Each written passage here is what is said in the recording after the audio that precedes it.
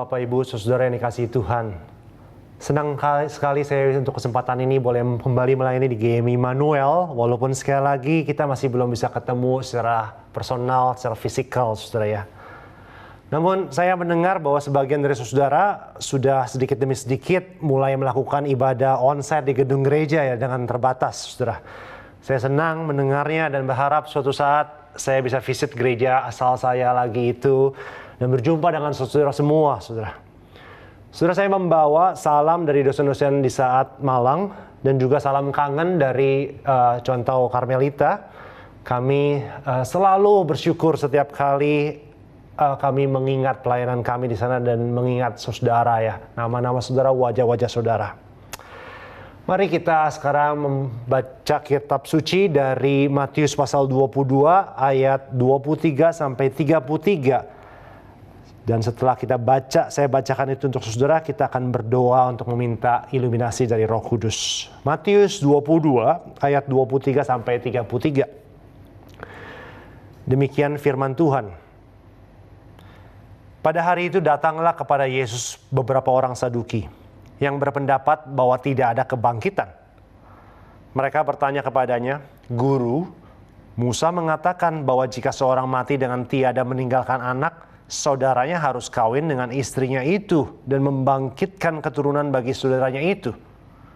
Tetapi di antara kami ada 7 orang bersaudara. Yang pertama kawin, tetapi kemudian mati. Dan karena ia tidak mempunyai keturunan, ia meninggalkan istrinya itu bagi saudaranya. Demikian juga yang kedua dan yang ketiga sampai dengan yang ketujuh.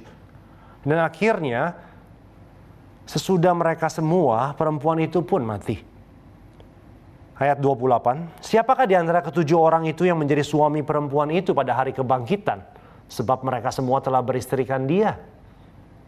Yesus menjawab mereka, "Kamu sesat, sebab kamu tidak mengerti kitab suci maupun kuasa Allah. Karena pada waktu kebangkitan orang tidak kawin dan tidak dikawinkan, melainkan hidup seperti malaikat di surga. Tetapi tentang kebangkitan orang-orang mati, tidakkah kamu baca apa yang difirmankan Allah ketika ia bersabda, 'Akulah Allah Abraham, Allah Ishak dan Allah Yakub'? Ia bukanlah Allah orang mati, melainkan Allah orang hidup." Orang banyak yang mendengar itu takjub akan pengajarannya. Sedemikian jauh pembacaan firman Tuhan. Mari kita berdoa sekarang meminta pimpinan dan penyertaan Roh yang Kudus. Bapa di dalam surga, kami bersyukur punya Allah seperti Engkau, Allah yang hidup, yang terus-menerus memanggil kami datang kepadamu Tuhan, umat-Mu Tuhan. Dan berbicara kepada kami, menyatakan isi hati-Mu kepada kami. Kami sudah membaca firman Tuhan. Kami berdoa supaya Engkau membuka hati kami sekarang, supaya kami boleh mengerti firman-Mu. Dan benih-benih firman itu boleh jatuh ke tanah hati yang subur dan responsif ini, di mana benih-benih itu boleh berakar dalam-dalam, bertumbuh tinggi-tinggi, dan berbuah lebat-lebat bagi kemuliaan nama Tuhan. Ini doa kami Tuhan, ini kerinduan kami. Roh Kudus, datanglah bersama-sama dengan kami di tempat ini. Dalam nama Yesus kami berdoa. Amin. Salah satu masalah terbesar dari kekristenan atau gereja hari ini, menurut hemat saya, adalah hilangnya kemampuan orang-orang Kristen untuk menghubungkan antara iman Kristen dengan orang-orang Kristen itu sendiri, saudara. Atau dengan kata lain, ketidakmampuan untuk menghubungkan antara firman Allah dengan realitas hidup umat Allah. Antara dunia Alkitab dengan dunia di mana kita hidup sekarang ini, saudara. Tentu saja saya sadar ini bukan satu-satunya masalah kekristenan. Saya tidak mau menjadi simplistik di sini, saudara ya. Kita punya segudang masalah dan banyak PR hari ini, saudara, sebagai gereja, sebagai orang-orang Kristen. Dan ini hanya salah satunya saja. Tetapi dari pengalaman dan studi dan pengamatan saya, saudara, saya merasa masalah ini adalah masalah yang sangat mendasar ya. Dan sedikit banyak menjadi akar seperti ya dari banyak masalah kekristenan lainnya. Saudara, kita akan melihat masalah ini dengan lebih dekat lewat diagnosa Yesus terhadap orang-orang Saduki dalam kisah yang kita sudah baca tadi, saudara. Saudara, teks kita di Matius 22 ini merupakan bagian dari rangkaian Q&A yang terjadi antara Yesus dengan musuh-musuhnya Yesus ketika ia masih ada di dalam dunia ini.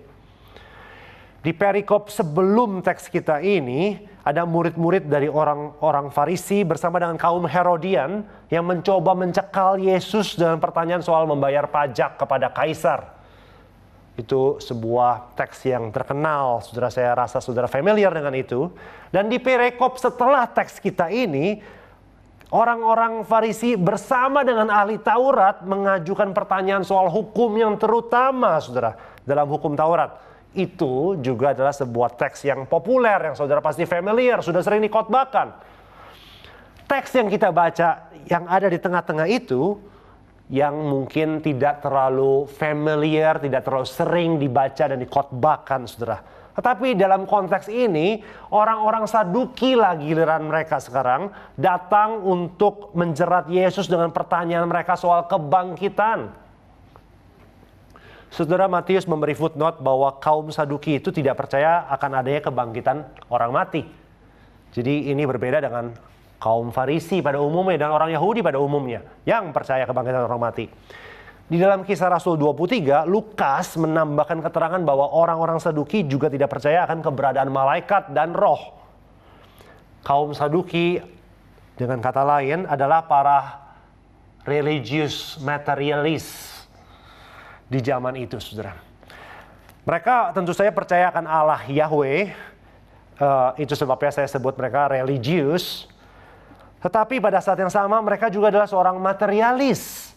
Karena mereka hanya percaya apa yang dapat mereka lihat dengan mata mereka. Yaitu segala sesuatu yang bersifat material saja. Makanya sekali lagi saya sebut sebagai materialis.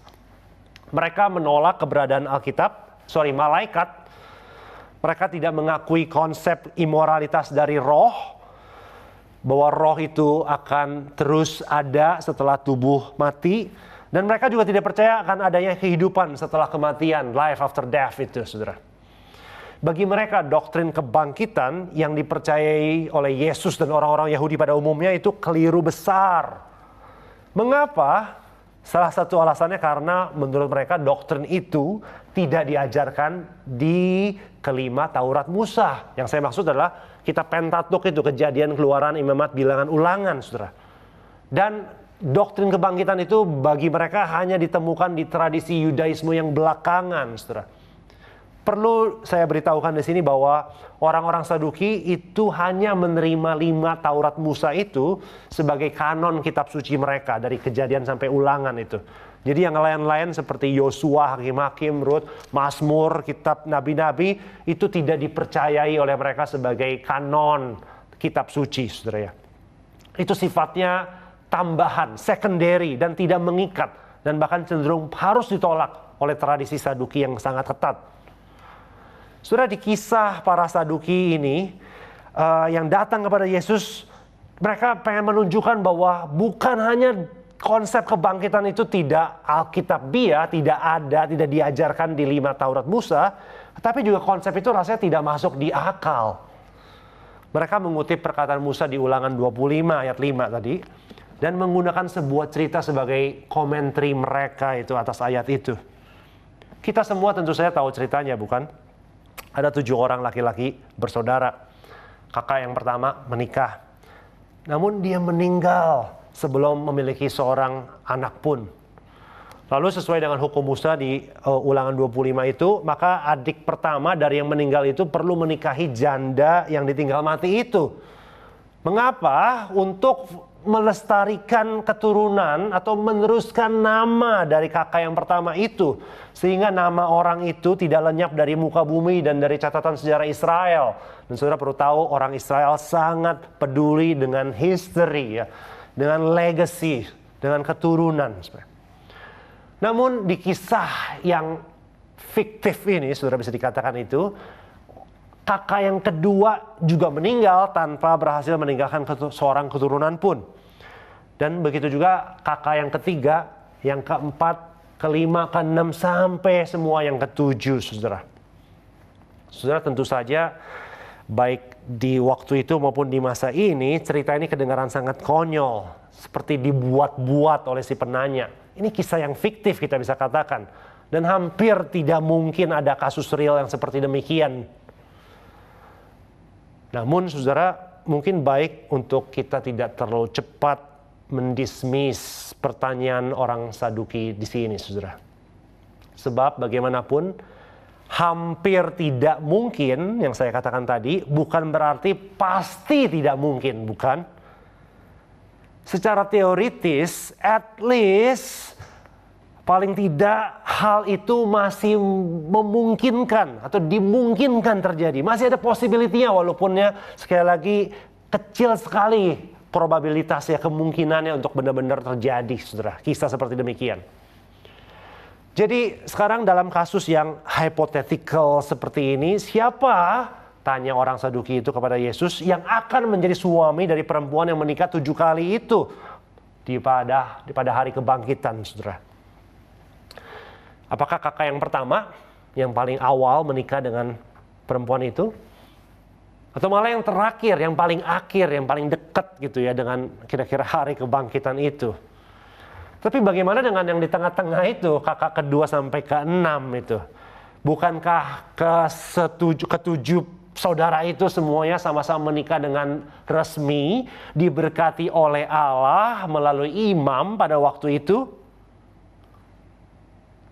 Jadi ini pertanyaan yang menarik, saudara, yang sedikit dilematis sesungguhnya. Dan tentu saja Tuhan Yesus tidak bisa menjawab dengan mengatakan seperti demikian. Well, untuk kasus seperti ini, di hari kebangkitan nanti perempuan itu akan memiliki 7 suami sekaligus. 7-7-nya lah suaminya. Mengatakan demikian berarti menyetujui praktik poligami yang tidak disetujui oleh Yesus, baik di dunia ini maupun di dunia yang akan datang, saudara. Dan di beberapa pasal sebelumnya, di pasal 19 dari Matius ini, Yesus baru saja mengajar soal pernikahan dan perceraian. Bahwa seorang laki-laki akan meninggalkan ayah dan ibunya dan bersatu dengan istrinya dan menjadi satu daging. Dan bahwa apa yang telah dipersatukan oleh Allah tidak boleh diceraikan oleh manusia. Saudara, lagi pula coba bayangkan betapa canggungnya, betapa awkwardnya, anehnya situasi yang dialami oleh si perempuan itu serta ke-7 bersaudara itu ketika mereka semua ngumpul, bertemu di hari kebangkitan nanti, saudara. Saudara bisa coba bayangkan nggak? Seperti apa gitu ya? Pasti awkward banget, saudara kan? Nah, saudara, para Saduki ini berpikir bahwa mereka telah berhasil menunjukkan betapa konyolnya ide tentang kebangkitan itu. Bukan hanya doktrin kebangkitan itu tidak dapat ditemukan di kalimat kitab Musa, maafin saya saudara, tetapi ulangan 25 tadi juga malah mengindikasikan bahwa paham kebangkitan orang mati itu harus dibuang jauh-jauh sesungguhnya. Sekarang bagaimana respon Yesus? Apa jawab dia? Ayat 29 berkata, "Kamu sesat," kata Yesus, "sebab kamu tidak mengerti kitab suci maupun kuasa Allah." Oh, saya suka sekali saudara dengan respon Yesus di sini. Menurut Yesus, masalah utama para Saduki itu adalah gagal paham akan kuasa Allah dan gagal paham akan firman Allah. Dan menurut saya, kedua hal itu berkaitan. Mari kita mulai dengan yang kedua terlebih dahulu, yaitu tentang kegagalan orang Saduki dalam mengerti atau mempercayai kuasa Allah. Saudara, kita ingat bahwa orang Saduki itu tidak percaya akan kebangkitan orang mati, dan dia menunjukkan betapa konyolnya doktrin atau konsep itu melalui kisah fiktif tadi dari 7 bersaudara yang menikahi perempuan yang sama, saudara. Tapi perhatikan di sini, saudara. Pertanyaan orang Saduki itu tentang siapa yang akan menjadi suami dari si perempuan itu menjadi kompleks dan complicated jika dan hanya jika kita setuju dengan asumsi dari pertanyaan di balik orang Saduki tadi, saudara. Apa asumsinya? Asumsi dia adalah bahwa kehidupan setelah kebangkitan itu pada hakikatnya sama atau at least tidak jauh berbeda dengan kehidupan yang sekarang di sini ini. Betul? Itu sebabnya dia mengajukan pertanyaan itu. Tetapi Yesus menolak asumsi itu. Bagi si Saduki, kebangkitan orang mati, kalaupun ada, dan ingat mereka sesungguhnya tidak percaya itu ada. Kalaupun ada, itu kebangkitan hanyalah kembalinya orang yang sudah mati ke realitas yang sebelumnya, di mana orang itu hidup. Dalam bahasa teologisnya, konsep kebangkitan bagi si Saduki adalah sekedar revivifikasi dari tubuh atau hidup yang lama. Revivification of the former body or the former life. Dan ini mirip seperti kelihatannya kasus-kasus kebangkitan orang-orang lain dalam kitab suci selain Yesus, saudara ya. Seperti Lazarus yang dibangkitkan oleh Yesus, ataupun juga oleh kematian orang-orang di Perjanjian Lama yang dibangkitkan oleh Nabi Elia misalnya begitu. Mereka hidup, lalu mereka sakit atau mereka mati kemudian dibangkitkan. Dapat mujizat, kemudian mereka bangkit lagi, mereka hidup lagi balik. Tetapi pada akhirnya mereka mati lagi, saudara.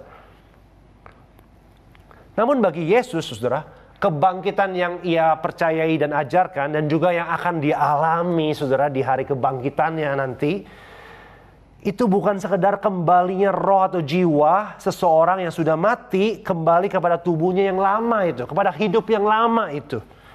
Kebangkitan dengan kata lain bukan tombol undo saudara ya, yang ada di layar komputer Microsoft Word kita gitu. Kita salah ngetik sesuatu, kita salah format, kita undo saja. Kebangkitan bukan sekedar seperti tombol reset ulang gitu. Yang kita reset kematian kita dan balik ke kehidupan yang lama sebelum kematian itu terjadi. Seperti time machine gitu. Tadinya kita udah mau ketabrak dan kita mati, entah bagaimana kita bangun, kita balik lagi ke sebelum kita ketabrak itu. Kematian sekali lagi bukan sekedar kembalinya kehidupan yang sebelum dari kematian itu, saudara. Sebaliknya, kebangkitan yang diajarkan oleh Yesus, yang dialami oleh dia, kebangkitannya Yesus itu bukan mengembalikan kematian, tetapi mematikan kematian, mengalahkan kematian sekali untuk selama-lamanya. Dengan kata lain, saudara, kematian itu dikalahkan sekali dan selama-lamanya, dan ditransformasi oleh kebangkitan Yesus, saudara. Kebangkitan itu mengubahkan dan bukan sekedar mengembalikan kehidupan yang lama, tetapi membawa ke kehidupan yang baru, saudara. Itu sebabnya, saudara, Yesus berkata di sini bahwa pada waktu kebangkitan nanti orang tidak kawin dan mengawini, tetapi akan hidup seperti malaikat di surga. Apa maksudnya, saudara? Saudara, pernikahan dan berkeluarga jelas adalah sesuatu yang indah, bukan? Dan Yesus sekali lagi baru bicara soal itu di pasal 19, soal pernikahan. Allah lah penggagas utama dari institusi pernikahan itu. Namun jelas bahwa pernikahan berada di dalam kategori kehidupan yang sekarang dan di sini, the here and now ini. Kehidupan kita yang dibatasi dengan siklus kelahiran, kehidupan, kematian, dan kemudian nanti kelahiran lagi gitu ya. The birth, the life, and the death cycle itu. Di dalam dunia ini, saudara, kita lahir, bertumbuh, menjadi tua, dan kemudian mati, saudara. Dan untuk melangsungkan kehidupan dan eksistensi keberadaan kita sebagai manusia, kita kawin, mengawini, dan memiliki keturunan yang meneruskan kehidupan kita di bumi ini. Namun, saudara, kematian itu selalu hadir. Kematian selalu membayangi realitas kehidupan kita sekarang di sini itu. Tetapi melalui dan di dalam kebangkitan Yesus, ia telah mengalahkan maut, musuh terakhir kita itu. Dan bukankah visi eskatologis Kristiani adalah langit dan bumi yang baru, di mana salah satu karakteristiknya adalah tidak ada lagi kematian di sana. Death has no place there. Death will be gone forever. Sekarang saudara, pernahkah saudara berpikir atau dapatkah saudara membayangkan seperti apa kehidupan ini ketika kematian tidak lagi menjadi bagian yang integral dari realitas hidup kita? Yaitu ketika kematian tidak eksis lagi sama sekali, saudara. Coba bayangkan apa jadinya hidup ini kalau tidak ada lagi kematian dan semua yang berbau kematian? Terus terang saudara, saya tidak bisa membayangkan seperti apa kehidupan di mana tidak ada lagi kematian itu, saudara. Tetapi yang pasti adalah doktrin kebangkitan tubuh dan gambaran dari langit dan bumi yang baru itu yang Alkitab ajarkan harusnya memperluas cakrawala imajinasi kita untuk membayangkan realitas eskatologis di kehidupan yang akan datang itu, saudara. Dan menurut saya, saudara, disinilah letak problem utama dari orang-orang Saduki ini. Yaitu bahwa imajinasi mereka terlalu sempit, saudara. Mereka tidak bisa dan tidak mau membayangkan realitas kehidupan yang berbeda dari apa yang selama ini mereka lihat, yang mereka ketahui, dan yang mereka alami, saudara. Bagi mereka, what you see is what you get. No more beyond that, gitu. Yang benar-benar realitas adalah yang kamu bisa lihat, gitu. Tidak ada realitas yang lebih daripada itu. Seperti yang saya katakan tadi, mereka adalah seorang materialis practically. Imajinasinya terkungkung dengan rasionalitas dan panca indera mereka saja, saudara. Bagi mereka, kehidupan yang dipenuhi dengan kejahatan, ketidakadilan, dan kematian ini adalah realitas yang ultima. Kalaupun ada yang namanya kebangkitan, maka itu tidaklah lebih dari sekedar balik lagi ke kehidupan yang lama, yang penuh dengan aroma kematian itu. Tidak ada ruang dalam horizon imajinasi mereka itu bagi visi eskatologis Allah tentang apa artinya menjadi ciptaan yang baru di dalam langit dan bumi yang baru dengan tubuh kebangkitan yang tidak dapat lagi mengecap kematian. Bukankah itu yang Yesus sasar ketika ia mengatakan bahwa anak-anak Allah itu akan hidup seperti malaikat di surga? Saudara perhatikan bahwa Yesus tidak mengatakan bahwa kita akan menjadi malaikat pada waktu kebangkitan nanti. Kita manusia tetap akan menjadi manusia yang mempunyai tubuh dan bukan malaikat yang tidak mempunyai tubuh atau non-badani atau disembodied itu, saudara. Namun natur dari tubuh kebangkitan kita itu nanti adalah seperti malaikat, kata Yesus, yaitu immortal, tidak dapat mati lagi. Visi eskatologis Kristiani adalah bukannya roh kita nanti akan melayang-layang tanpa tubuh di atas sana, di mana kita mungkin bermain harpa seperti gambaran yang populer tentang surga pada umumnya. Kalaupun roh itu bisa bermain harpa. Tetapi visi eskatologi Kristen adalah kebangkitan tubuh. Kita akan dibangkitkan dengan tubuh kita. Tubuh yang baru tetapi tubuh kita, saudara. Jadi ada discontinuity tetapi ada kontinuitas juga, saudara. Saudara, pada akhirnya walaupun nampaknya cerita fiksional yang orang-orang Saduki ini buat untuk menjerat Yesus itu terkesan sangat imajinatif, sesungguhnya para Saduki itu menurut saya kurang imajinatif. Imajinasi mereka yang sempit itu menghalangi mereka untuk mengerti kuasa Allah yang sanggup membangkitkan orang yang mati. Imajinasi mereka yang sempit itu menghalangi mereka untuk mempercayai bahwa tubuh kita akan dibangkitkan nanti. Namun kita akan hidup seperti malaikat di surga, tidak menjadi subjek dari kematian lagi.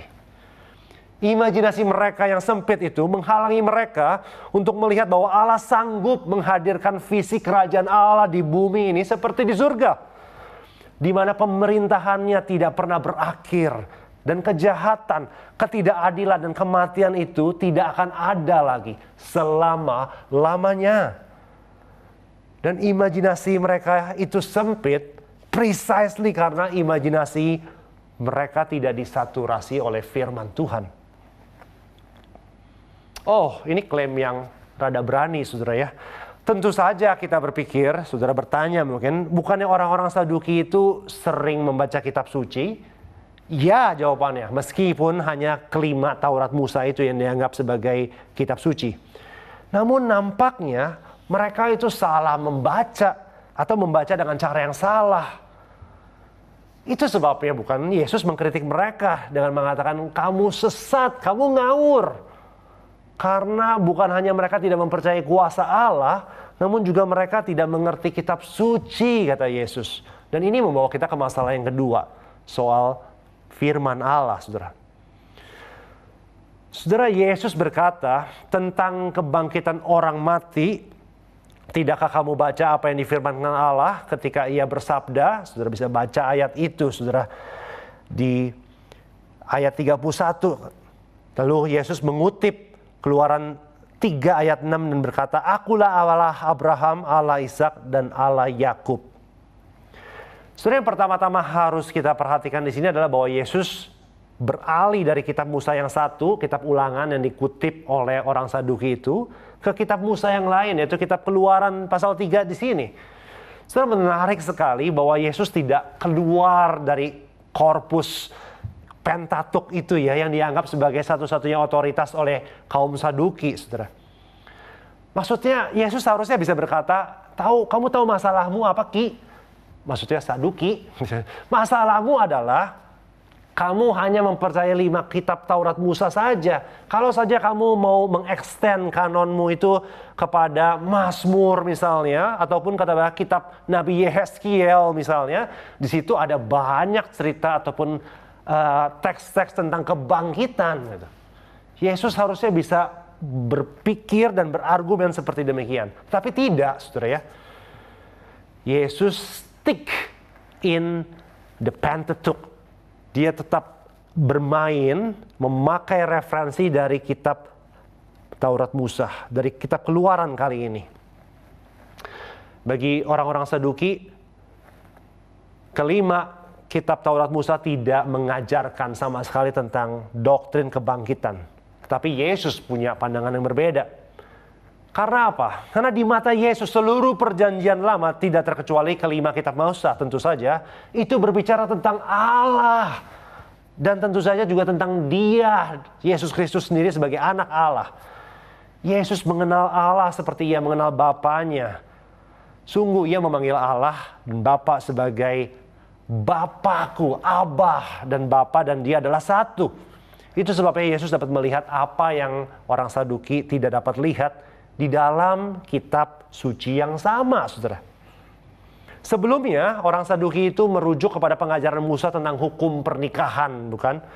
Tetapi di sini Yesus merujuk kepada perkataan langsung dari Tuhan yang Musa itu sendiri, saudara. Dan pada peristiwa sentral di mana Musa dipilih dan dipanggil menjadi pemimpin dari bangsa Israel, yaitu peristiwa penyataan diri Allah kepada Musa lewat semak belukar yang terbakar tetapi tidak hangus itu, saudara. Allah menyatakan dirinya. Kepada peristiwa yang sentral seperti itulah Yesus merujuk, saudara. Kepada Musa, waktu itu Allah Yahweh berkata bahwa Ia adalah Allah Abraham, Ishak, dan Yakub. Kutipan dari Keluaran 3 ayat 6 sebenarnya sampai di sana saja. Yesus kemudian memberikan komentarnya atau komentarnya dengan mengatakan, jadi Ia, Allah, bukanlah Allah orang mati, melainkan Allah orang hidup. Nah, pertanyaannya adalah, dari mana Yesus mendapat ide seperti ini?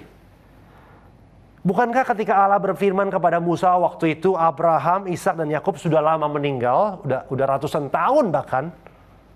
Dan ngomong-ngomong, apa hubungan ayat ini dengan topik yang sedang diperdebatkan orang Saduki tadi, yaitu tentang kebangkitan orang mati, bukan?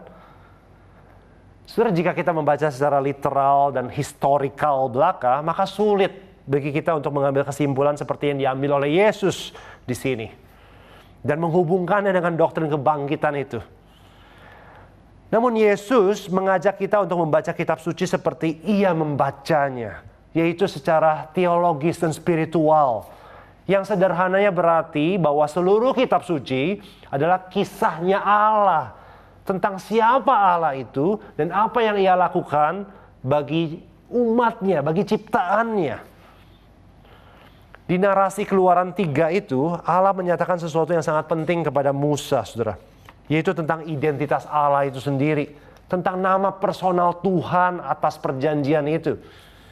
Ayat 14 di Keluaran 3 merupakan klimaks dari kisah ini. Ketika Allah menyatakan dirinya, mewahyukan dirinya sebagai aku adalah aku, itu namaku. Atau yang sering disebut sebagai YHWH, ya, Yahweh. Namun menariknya adalah bahwa nama personal Allah ini terus dikaitkan dengan orang-orang atau figur-figur di mana Allah telah mengikatkan dirinya itu. Yaitu atas Abraham, Ishak, dan Yakub. Allah ingin dikenal bukan hanya dengan namanya yang unik itu, Yahweh, melainkan juga dengan sebagai Allahnya Abraham, Ishak, dan Yakub. Itu terlihat dari 3-4 kali frase itu, Allah atas Abraham, Ishak, dan Yakub diulang-ulang dalam Keluaran 3 di situ ya. Dan yang menarik saudara, tenses yang dipakai waktu itu adalah present tense. Dicatat di sini dikatakan I am the God of Abraham, Isaac, and Jacob. Dan bukannya I was the God of Abraham, Isaac, dan Jacob. Walaupun sekali lagi lebih make sense yang terakhir sebenarnya. Karena ketiga patriark itu, Abraham, Ishak, dan Yakub itu telah lama meninggal ketika ia berbicara kepada Musa. Atau begitulah pikir kita, bahwa mereka sudah meninggal. Dan begitu juga pikir orang-orang Saduki pada waktu itu. Namun tidak demikian pikir Allah. Tidak demikian di mata Allah. Allah tidak memakai bentuk past tense ketika merefer tentang hubungannya dengan Abraham, Ishak, dan Yakub. Karena mereka sesungguhnya hidup di hadapan Allah pada waktu itu. Dan juga pada saat ini. They are alive in the presence of God, even now. Allah bukanlah Allah atas orang mati, kata Yesus, melainkan Allah atas orang hidup. Itu sebabnya juga kalau kita baca versi paralel dari kisah ini di Lukas, dikatakan bahwa sesungguhnya mereka itu, Abraham, Ishak, dan Yakub, hidup di hadapan Allah, saudara. Tentu saja, ketiga orang ini belum mengalami kebangkitan tubuh dalam pengertian yang kekal, yang final nanti, saudara. Mereka masih menunggu bersama dengan umat-umat pilihan lain yang meninggal dalam Tuhan, menunggu kedatangan Yesus kedua kalinya untuk memberikan mereka tubuh kemuliaan dan menghadirkan langit dan bumi yang baru itu. Tapi meskipun demikian, mereka itu hidup bahkan sampai sekarang. Mereka hidup di hadapan Tuhan yang hidup itu. Dan kehidupan mereka sekarang ini adalah bayang-bayang atau foreshadow dari kebangkitan tubuh yang kelak mereka dan kita semua akan terima juga, saudara. Jadi kembali ke kisah di dalam nats kita hari ini, saudara. Poin Yesus sekarang menjadi lebih jelas bahwa bahkan jika kita membatasi kitab suci kita hanya kepada 5 kitab Musa itu, kita mendapati di sana bahwa di pusat dari kisah keluaran bangsa Israel dari Mesir itu, konsep dan realitas tentang kebangkitan itu sudah ada di sana. Gak perlu cari di tempat-tempat yang lain. Kamu stick dengan kitab Taurat Musa, mari kita baca itu, kata Yesus. Mari kita lihat itu. Dan lihatlah, Allah yang hidup ada di sana. Aku ada di sana, kata dia. Dan kebangkitan juga sudah diajarkan di sana. Jadi kebangkitan orang mati bukanlah suatu doktrin asing yang ditambahkan belakangan dalam kitab suci orang Israel dan orang Kristen. Jadi jika orang Saduki tidak berhasil menemukannya dalam pembacaan mereka akan kitab suci, maka kesalahan ada di mata mereka. Bukan di doktrin kebangkitan ataupun di kitab suci itu sendiri, saudara. Itu sebabnya sekali lagi, saudara, Yesus menyimpulkan kepada orang-orang Saduki itu yang tidak mempercayai kebangkitan. Dia katakan, kamu ngawur, kamu tidak mengerti kuasa Allah maupun kitab suci. Saudara, di atas saya sudah menyinggung bahwa kedua masalah ini berkaitan, yaitu antara ketidakpercayaan orang Saduki dengan kuasa Allah, dengan ketidakmampuan mereka untuk membaca kitab suci dengan baik. Namun, bukan hanya kedua masalah ini berkaitan, rasanya kedua masalah ini juga bukan hanya masalahnya si Saduki, tapi juga masalah kita hari ini, saudara. Dan sekali lagi, ini merupakan salah satu masalah utama kita hari ini menurut saya. Ketidakmampuan kita untuk membaca kitab suci dengan baik seringkali disebabkan bukan terutama karena kita kurang pendidikan teologi, atau karena kita tidak tahu konteks sejarah dan budaya dari teks Alkitab yang kita baca, Atau karena kita tidak memakai tools dan metode eksegesis yang terkini, tercanggih.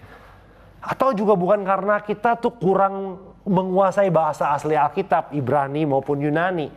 Itu semua ada tempatnya, saudara. Ada fungsinya. Saya pengajar teologi, jadi itu punya peranannya, saudara.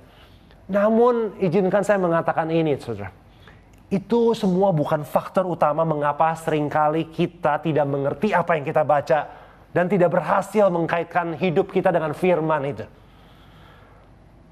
Faktor utamanya melainkan adalah karena ketidakpercayaan kita akan kuasa Allah. Kedegilan hati kita untuk sungguh-sungguh menerima dan percaya bahwa Allah adalah Allah yang hidup, Allah yang real. Bahwa Allah adalah Allah yang terus bekerja sampai sekarang, yang aktif berbicara, berfirman kepada kita. Bahwa dia adalah Allah yang berdaulat atas segala semesta dan sejarah, namun juga Allah yang begitu berdaulat dan peduli dengan hidup kita masing-masing individu. Saudara, pemahaman kita dengan kata lain, dan kepercayaan kita atau ketidakpercayaan kita akan siapa Allah itu dan akan kuasanya, akan memengaruhi bagaimana kita membaca kitab suci. Saudara, ambil contoh misalnya ya. Jika kita tidak sungguh-sungguh percaya bahwa Allah itu masih terus berbicara kepada kita di dalam dan melalui Alkitab, maka kita tidak akan peduli apakah saya perlu membaca Alkitab atau tidak, bukan? Atau jikapun kita membacanya, maka tidak ada sense of urgency, ya, perasaan yang mendesak bahwa tulisan atau kisah yang kita baca itu adalah tentang kita, ditujukan untuk kita. Bahwa itu adalah firman Allah buat kita. Jika kita tidak benar-benar percaya bahwa Allah itu hidup dan bahwa dia menaruh interest atau concern dengan seluruh detail hidup kita masing-masing, maka pembacaan kita akan kitab suci itu akan bersifat akademis, formal, historis, dan paling mentok moralis saja, moralitas saja. Misalnya ketika kita melakukan atau ikut PA, saudara, pendalaman Alkitab misalnya, kita hanya ingin tahu apa yang sesungguhnya terjadi dengan bangsa Israel waktu itu. Atau apa latar belakang dari surat Paulus kepada jemaat di Roma dan sebagainya. Kita ingin tahu apa yang Allah katakan atau lakukan terhadap misalnya Musa atau Paulus atau Petrus di waktu yang lampau. Dan kemudian mungkin kita mencoba mempelajari pelajaran moral atau bahkan pelajaran spiritual apa yang bisa kita petik dari catatan sejarah tentang peristiwa atau pengalaman itu, saudara. Saudara, tentu saja pendekatan ini tidak selalu buruk dan pasti masih lebih baik daripada tidak membaca Alkitab sama sekali, bukan? Namun pendekatan ini memiliki asumsi-asumsi yang kurang tepat dan kadang berbahaya, saudara, menurut saya. Salah satu asumsinya adalah bahwa firman Tuhan ini adalah cerita tentang orang-orang yang mengalami Tuhan di masa lampau saja. Tetapi itu bukan tentang kita, bukan untuk kita. Ini adalah firman untuk mereka yang nun jauh di sana, yang budayanya berbeda, yang hidup di masa yang berbeda, yang tidak terlalu ada hubungannya dengan kita. Dan kita sekedar mempelajari hidup mereka saja, out of curiosity, out of historical interest, academic purpose. Saudara, tidak heran jika kita mendapati Alkitab itu menjadi membosankan dan tidak menarik jika kita punya asumsi seperti demikian.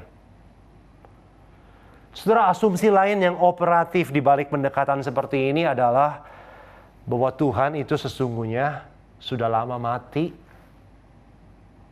God is dead. Tentu saja kita tidak akan mengatakan itu dengan bibir kita ataupun mengakui itu dengan hati kita, saudara.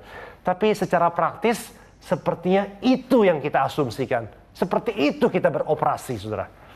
Atau lebih halusnya, Allah rasanya tidak lagi berbicara hari ini. He is muted. Dia di-mute.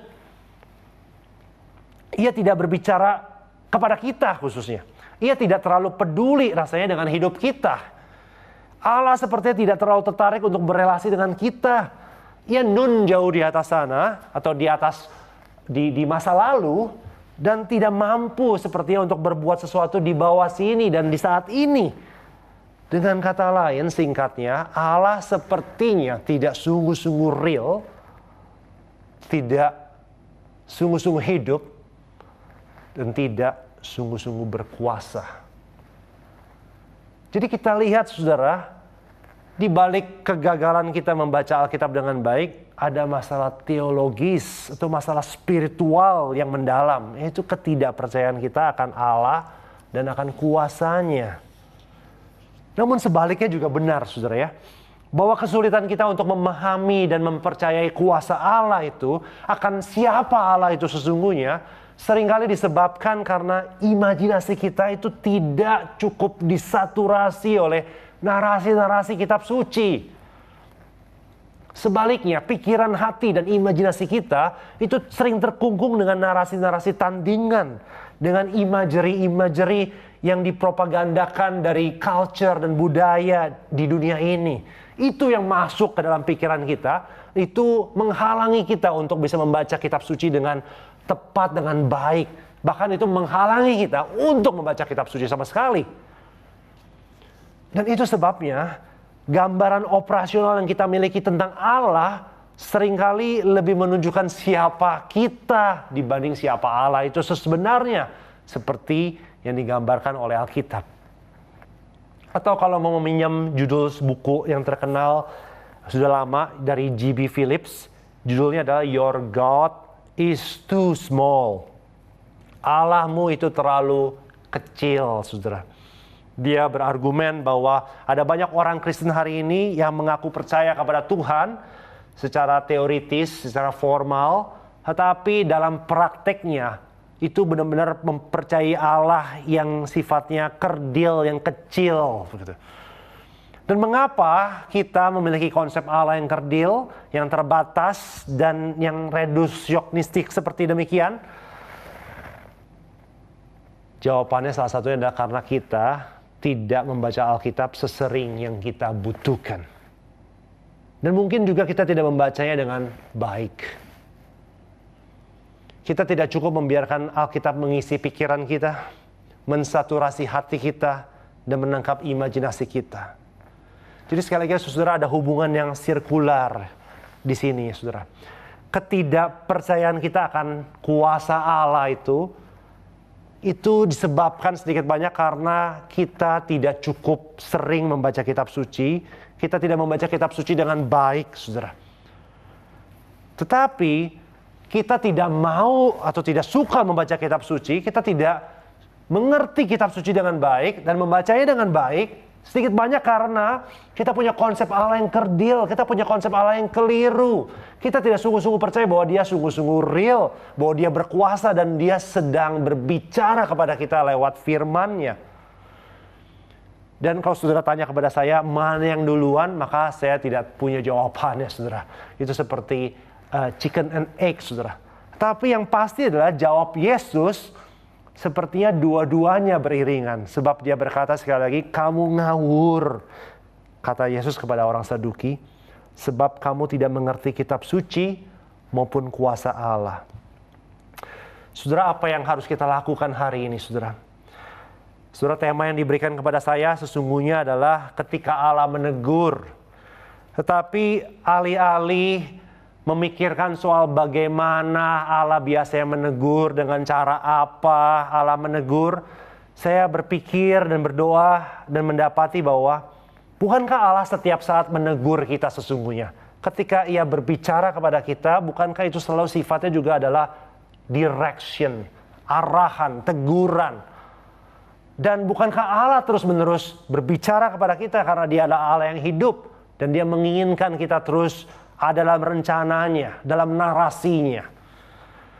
Jadi pertanyaan saya ketika saya mengumpulkan tema ini bukan soal apa dan bagaimana Allah menegur, tetapi soal Allah sudah menegur, Allah sudah berbicara.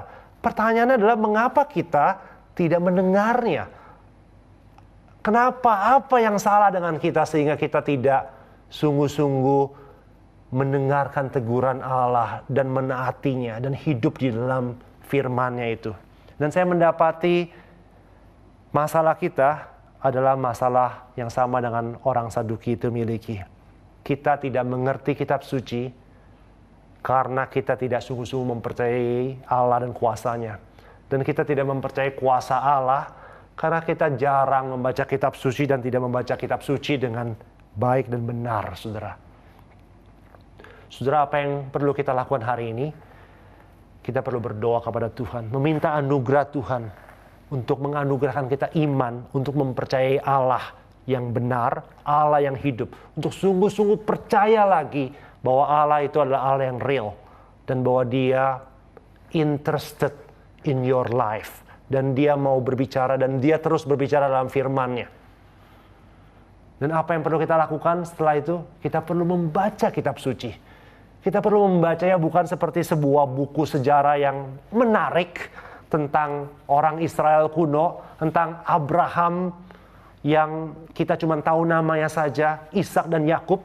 Tapi kita harus melihatnya seperti firman Allah kepada kita.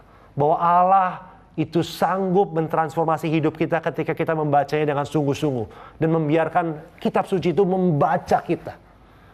Kita harus melihat Abraham, Ishak dan Yakub itu sebagai mereka yang sedang hidup di hadapan Allah. Dan kita adalah bagian dari umat itu. Kita adalah anak-anak Abraham, anak-anak Ishak, dan anak-anak Yakub. Karena kita memiliki Tuhan yang sama. Tuhan Yesus Kristus. Tuhan yang bangkit. Amin. Mari kita berdoa. Ya Tuhan, jika benar Tuhan, Engkau adalah Allah Abraham, Ishak, dan Yakub. Dan iman kami mempercayai Engkau benar adalah Allah yang demikian. Maka firman-Mu yang tertulis dalam Alkitab bukanlah sekedar catatan pengalaman-pengalaman hidup orang-orang zaman lalu tentang Tuhan, tetapi juga adalah kata-kata-Mu sendiri yang Engkau tujukan bukan hanya di masa lalu untuk mereka, tapi juga untuk kami di sini. Kalau benar Tuhan bahwa kami adalah anak-anak Abraham secara spiritual, artinya bahwa perjanjian lama dan perjanjian baru itu adalah kitab sucinya kami dan bukan hanya mereka. Karena kami adalah satu umat. Dan kalau benar Tuhan, Roh-Mu yang kudus tinggal dan hidup di dalam gereja-Mu, di dalam hati dan hidup kami Tuhan. Maka Roh Kudus yang sama itu yang beribu-ribu tahun yang lalu menginspirasi orang-orang untuk menulis kitab suci-Mu ini, Roh-Mu yang kudus itu dalam hati kami adalah modal terbesar untuk kami boleh mengerti kitab suci-Mu. Oleh karena itu berikanlah kami anugerah-Mu dan iman untuk mempercayai bahwa Allah sungguh-sungguh hidup, bahwa Yesus sungguh-sungguh bangkit, bahwa Roh Kudus sungguh-sungguh hidup di tengah-tengah kami umat-Mu Tuhan. Sehingga kami boleh membaca kitab suci demikian rupa, sehingga kami boleh menghubungkan antara iman Kristen dengan hidup kami sebagai orang Kristen. Antara dunia Alkitab dengan dunia di mana kita hidup hari ini. Antara apa yang Kau firmankan dengan bagaimana seharusnya setiap detail kehidupan kami boleh dijalankan sebagai anak-anak Tuhan. Ini doa kami Tuhan, berikanlah kami anugerah-Mu. Karena di luar Engkau kami tidak dapat berbuat apa-apa. Demikian doa kami berdoa di dalam nama Tuhan Yesus Kristus. Amin.